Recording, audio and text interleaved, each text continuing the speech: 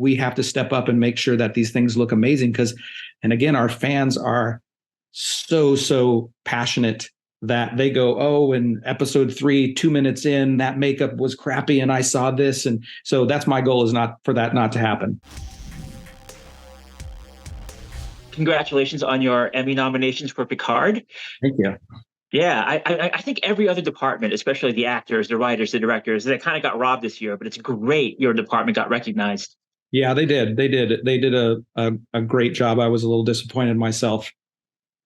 Yeah, absolutely. So you have a little cameo in the Turbo Lift with 7 of 9 in one of the episodes of Picard. Terry Matalas called you out in the commentary. Yeah, that was a good one. What's funny is most of the Star Treks that I've worked on in the last 27 years, I've played a little part in each one of them. So I always try to put my face on.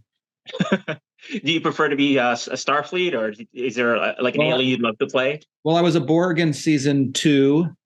Sorry, season 1, I was a Borg, and then season 2, I was I was something else in season 2. So, but this one, you actually saw my face. Usually I'm completely under makeup. So I read that you got to do 3 aliens from your bucket list in Picard season 3.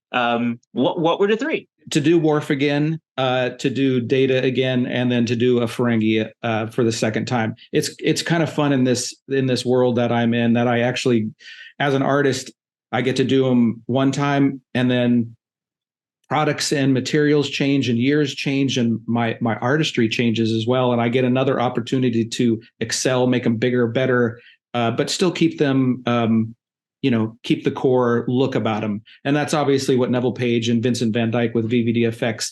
So it's a good combination of how to keep the fans happy, how to keep the original look, but elevate the makeups to current day. Well, let's talk about that a little bit. I know you worked on DS9. I'm a massive Ferengi fan. I love DS9. It's my favorite of the Star Treks.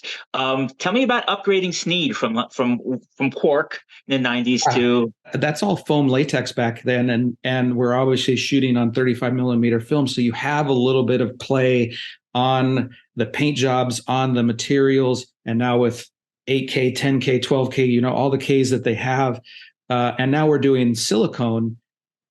We have to, as artists, step up our game, because that sees every little nook and cranny of either a mistake in a paint job, a mistake in an application, anything, a cracking, mouth opens too big, a crack happens. And I never liked Jason Zimmerman, our visual effects supervisor, to touch any of my work, but if he has to, he will. But my goal is for them not to touch anything. So it's all original and not manipulated. So it's just it's an opportunity. I always say that 8K is made for NASCAR and Animal Planet, not for women of a certain age and older men. So it's too much detail. But as an artist, like I say, we have to step up and make sure that these things look amazing, and again, our fans are so passionate that they go, oh, in episode 3, 2 minutes in, that makeup was crappy and I saw this. And so that's my goal, is not for that not to happen.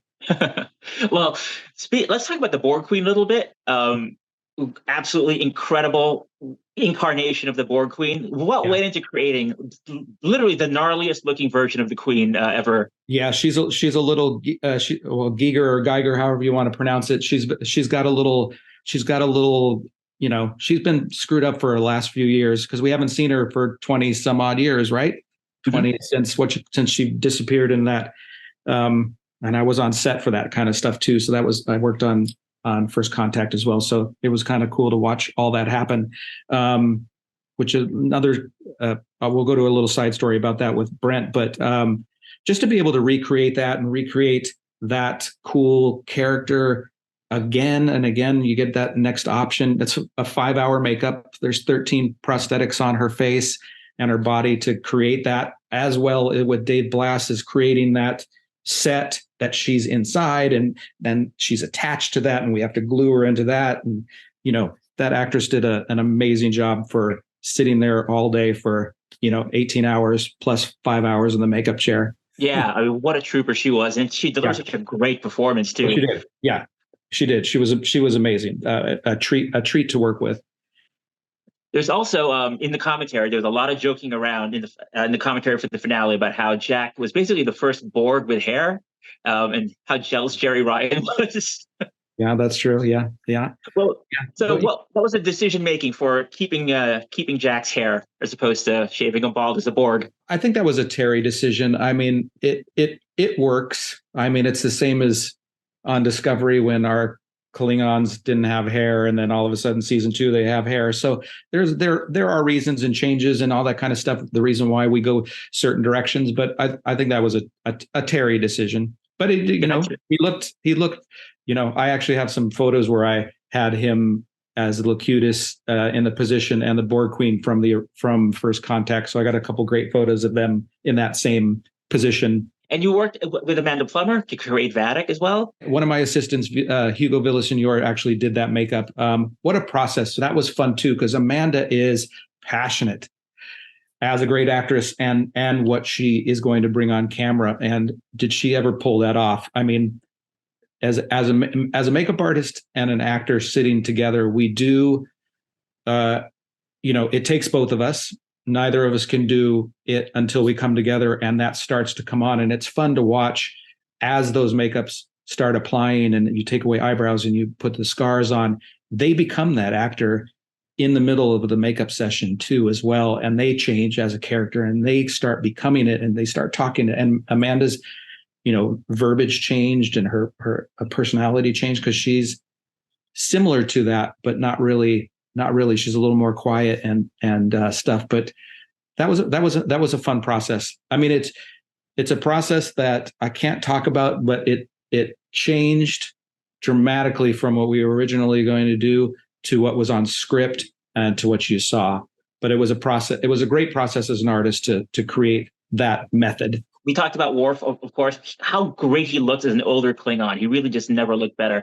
How did Michael Dorn like that whole transformation to turning him into the samurai Worf? He had some PSD from DS9 and Voyager and from the past, and it took a minute to get him ready to do this. And I think with the new products and the new silicone, it being a little fat. I mean, we did his makeup and hair in 42 minutes. And usually he was in the chair for 2 and some odd hours in the past. So we sped up the process. He was happier that he didn't have to sit in the chair that much longer. But again, Brent and Jonathan are in the trailer at the same time. So they're laughing and making jokes. So it was it's that legacy cast being there. And I've worked with them I'm almost part of the makeup legacy cast with them as well, which is kind of fun with so much past and present together. But we used some techniques from the original shows to what he was to make him comfortable.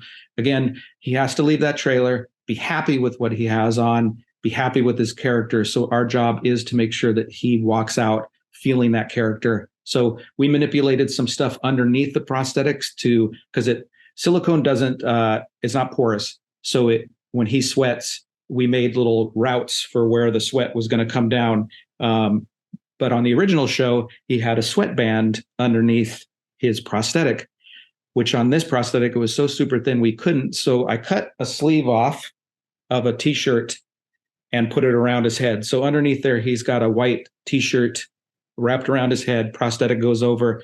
I painted a little bit of darkness around here because some of it peeked out, but you can't see because the hair covers it. And then that soaked up all of his sweat during the day. So, it's those kind of things that as an artist, you're manipulating and learning as the process happens. And he's happy and he walks out happy too. That's really what's important today as well. And Brent also, he looks so good as an older Data. Tell me about how that was crafted to make him human, but still an android, just a perfect fusion of both. Yeah, because on season 1, he was obviously and I had worked again I actually was able to assist Mike Westmore on First Contact doing the little there's a scene where he flips open his hand and there's some some wires and stuff. I did that while Mike was doing his face. So I did watch that process, and I talked to Mike before we started shooting and asked what the products were, and they don't exist anymore. It's not the same method and technique. So I had to recreate those colors with the materials we have today, which again sped things up much faster. And on this point with Brent, he just had I put a shine. It's like a tattoo color that I swept over across of his face. So it gave him a little plastic feeling, a little robotish type feeling, but still wasn't that data color, shimmer, shine. And then Maxine Morris, our department of hairstylist, did this amazing front lace wig on him that blended with his real hair. So 99% of that is his hair with a lace piece on the front.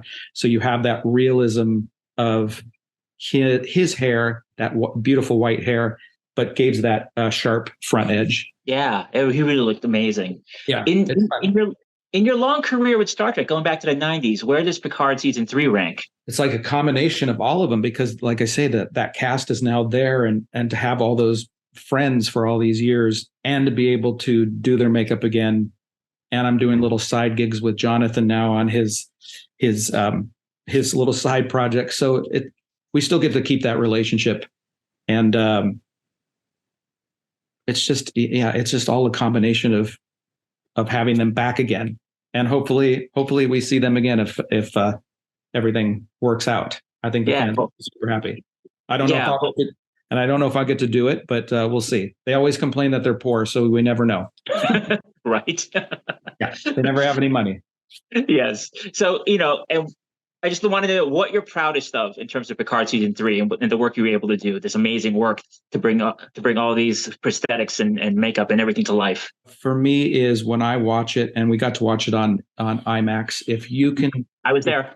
Yeah, if you can create a makeup that the audience and fans don't see the makeup, I have done my job.